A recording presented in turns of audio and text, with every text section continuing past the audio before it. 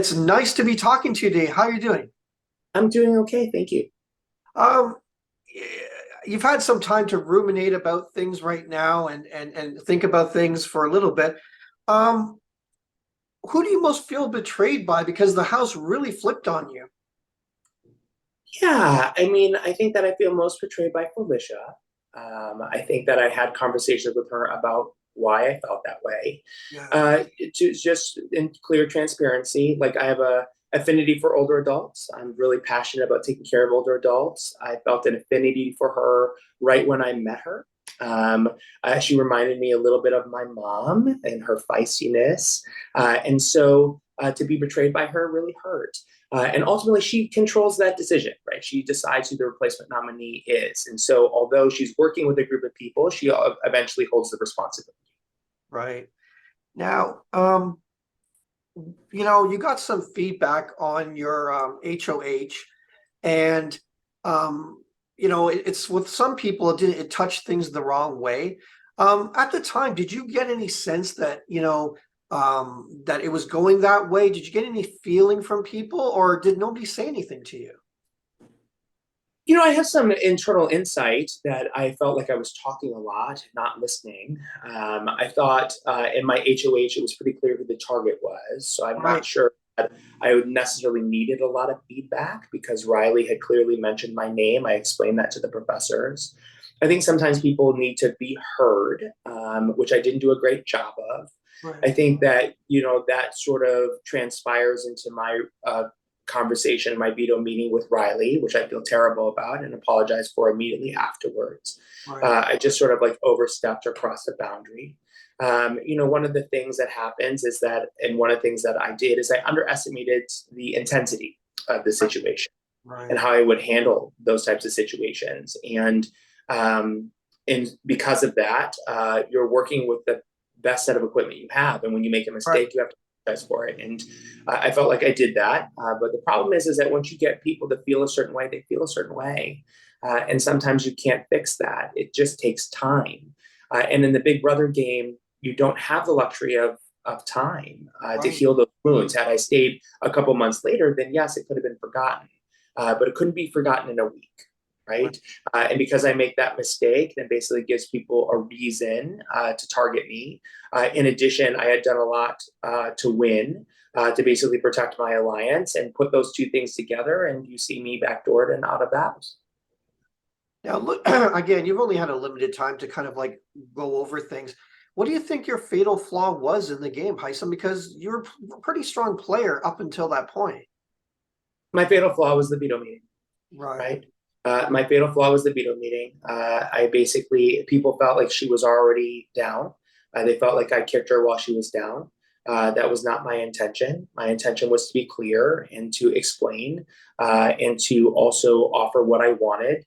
But sometimes, like, the intent is not the impact. Right. And this is my mistake. And this mistake eventually cost me the game and leads me to being evicted. Now, speaking of Riley, I talked to her last week and she actually, was a good sport about everything. And she actually said to me, I hope Hisam goes far in the game because he's a good player. What do you think about that? I thought Riley was a great player too, Yeah. right? And I had tried to work with Riley. She had just already decided who she wanted to work with, and it didn't include me, right? And so the truth of the matter was is that multiple times I tried to talk to Riley about working together. She just wasn't open to it. She had already made up her mind, and so I think that Riley was a great player. I think that the two of us being evicted so soon is sad because I think we would Right. have made great players moving forward. I'm watching, like, I'm not, when people ask me, like, who do you want to win the game? I don't know because the game was so heavily Riley and me.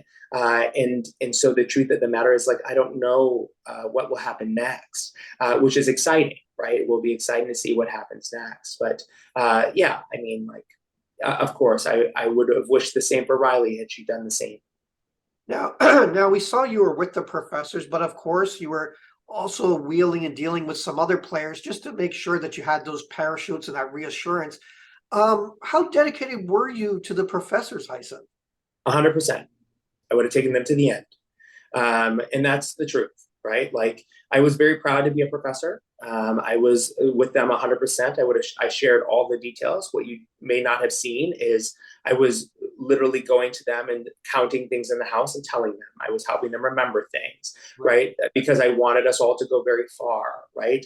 I was giving information freely. I was strategizing freely. I wasn't holding anything back. I wasn't trying to be dishonest. I was really being forthcoming, right? So all of that was to demonstrate that I was loyal, right? Yeah. Now you found out the truth last night about for Sari and Jared. Um, Looking back now, were there any clues that that relationship was there? They've been hiding it pretty well. Yeah, they've been doing a great job of hiding it. And to be honest, I wasn't really paying that much attention to that, right? Because I was paying more attention to the people I was working with, and I was paying attention to how we kept all of us safe. And so, to be honest with you, I wasn't really trying to pay attention to those types of relationships, right? I figured I would keep my people safe and I would move them forward in the game and I would protect them as much as possible. And so, sometimes those other details get missed. Now I'm going to let you have a little get back here, Hisam. Looking at the people that are left in the house, who do you hope follows you out next? Oh, who I hope follows me out next? I hope Cameron comes next, right? To be honest. Why Cameron? Cameron is the one who basically gives me Riley's name, and Cameron is what starts Izzy in motion, right? So he instigates two big targets getting out of the house with just subtle words, right? And so, like, it'd be nice to see Cameron follow me, but I Now, know he's HOH, so he's not coming. no, one last question for you, Hisam. Obviously, you were a very strong competitor. And a number of people, you won a number of challenges, and that put you on people's radar. Looking back, do you wish you would have thrown a few of those challenges, or I tried. are I you too much of a competitor? tried. Right? The truth of the matter is, like, the very first veto I win is because I'm afraid of a backdoor. Right. Because that the energy had shifted. Like Riley, Blue, and Cameron were acting very differently around me. And there was a concern that there was a backdoor target on Suri or a backdoor target on me, right? Because Riley was already set on trying to get me out. Number two, the HOH competition, I'm trying to throw. I only wanted to get as far as knowing who would be the person I'd be competing against, and that was Jared. I felt safe with Jared. I wanted Jared to win. I had intentionally I was intentionally taking my time, right?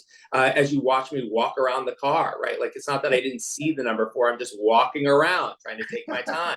But the truth of the matter is Jared picked a door, right? He basically took a 50-50 shot. He thought he knew all the clues. He picked a door, and that was the wrong door. I knew it was the wrong door, right? But the problem was he had already picked it, and I kept trying to change it, but I couldn't change it, right? They told me to basically stand on my spot, so I did. So, he had picked a door, so I got the other door, which was the HOH door. But then I then have to win. I have to put Riley in and then have to win the veto because I'm going against everyone who would take her off the block. Right. And so if I don't do that, then potentially I'm putting up another person getting more blood on my hands. And so I felt like I need to keep my nominations the same. So I won this veto, the second veto, right? Those are the 3 competitions I win. The truth of the matter is, could I have done better on the balance beam? Yeah, I'm a burlesquer, right? Do I make a little slip up on purpose? Yeah, I do, right? Do I put a competitive score that I think can be beat? Yeah, I do. I'm not trying to win that competition, right? I'm trying to throw it but make it look good, which was my intention, right? It just so happened I just wasn't able to do it. Well, Hisam, thanks for taking the time to talk to us today. Thank you. All the best luck in the future, and I can't wait to see you on the finale because I'm sure you'll have some really interesting things to say. Oh, I don't know what I'll say, right? I'm sure they're going to ask about my back door. I'm sure that's going to be on television. I get to relive that multiple times. Well, have a good day, Hisam, and all the best. Thank you so much.